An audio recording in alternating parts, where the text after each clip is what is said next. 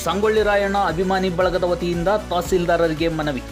ಉತ್ತರ ಕನ್ನಡ ಜಿಲ್ಲೆಯ ಮುಂಡಗೋಡು ಪಟ್ಟಣದಲ್ಲಿ ಸಂಗೊಳ್ಳಿ ರಾಯಣ್ಣ ಮೂರ್ತಿ ಪ್ರತಿಷ್ಠಾಪನೆಗೆ ಅವಕಾಶ ಮಾಡಿಕೊಡಬೇಕು ಮತ್ತು ರಸ್ತೆಗೆ ನಾಮಫಲಕ ಹಾಗೂ ರಸ್ತೆ ಗುಂಡಿಗಳನ್ನು ಮುಚ್ಚುವಂತೆ ಸಂಗೊಳ್ಳಿ ರಾಯಣ್ಣ ಅಭಿಮಾನಿ ಬಳಗದ ವತಿಯಿಂದ ತಹಸೀಲ್ದಾರರ ಮೂಲಕ ಜಿಲ್ಲಾಧಿಕಾರಿಗಳು ಹಾಗೂ ಲೋಕೋಪಯೋಗಿ ಇಲಾಖೆಗೆ 2 ಪ್ರತ್ಯೇಕ ಮನವಿ ಸಲ್ಲಿಸಲಾಯಿತು. ಪಟ್ಟಣದ ಬಂಕಾಪುರ ರಸ್ತೆಗೆ ಕಾಲದಿಂದಲೂ ಕ್ರಾಂತಿವೀರ ಸಂಗೊಳ್ಳಿ ರಾಯಣ್ಣ ರಸ್ತೆ ಹಾಗೂ ಹುಬ್ಬಳ್ಳಿ ಸಿರಸಿ ರಸ್ತೆಗೆ ಕಿತ್ತೂರು ರಾಣಿ ಚೆನ್ನಮ್ಮ ಹೆಸರು ಇದ್ದರೂ ಈವರೆಗೂ ಯಾವುದೇ ನಾಮಫಲಕಗಳು ಇಲ್ಲ. ಹಾಗಾಗಿ ತಾಲೂಕಿನ ಮುಖ್ಯ ರಸ್ತೆಗಳಿಗೆ ನಾಮಫಲಕಗಳನ್ನು ಹಾಕಬೇಕು ಹಾಗೂ ಪಟ್ಟಣದ ಆಂಜನೇಯ ದೇವಸ್ಥಾನದ ಹತ್ತಿರ ರಾಯಣ್ಣನವರ ಮೂರ್ತಿ ಪ್ರತಿಷ್ಠಾಪನೆಗೆ ಅವಕಾಶ ಮಾಡಿಕೊಡಬೇಕು ಎಂದು ಮನವಿಯಲ್ಲಿ ಆಗ್ರಹಿಸಿದ್ದಾರೆ. ತಾಲೂಕಿನ ಸಿರಸಿ ಹುಬ್ಬಳ್ಳಿ ಮುಖ್ಯ ರಸ್ತೆಗಳಲ್ಲಿ ಗುಂಡಿಗಳಿದ್ದು ರೋಗಿಗಳು ಹಾಗೂ ವೃದ್ಧರಿಗೆ ಸಾವಿನ ಕುಣಿಕೆಯಂತಾಗಿವೆ. ಗರ್ಭಿಣಿಯರು ಹಾಗೂ ಗಂಭೀರವಾಗಿ ಗಾಯಗೊಂಡವರನ್ನು ಹೆಚ್ಚಿನ ಚಿಕಿತ್ಸೆಗಾಗಿ ಹುಬ್ಬಳ್ಳಿಗೆ ಕಳಿಸಬೇಕಾಗುತ್ತದೆ.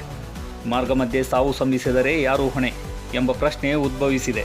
ಕೂಡಲೇ ಸಂಬಂಧಪಟ್ಟ ಅಧಿಕಾರಿಗಳು ರಸ್ತೆ ಗುಂಡಿಗಳನ್ನು ಮುಚ್ಚಿಸಿ ಅನುಕೂಲ ಮಾಡಿಕೊಡುವಂತೆ ಮನವಿ ಸಲ್ಲಿಸಲಾಯಿತು.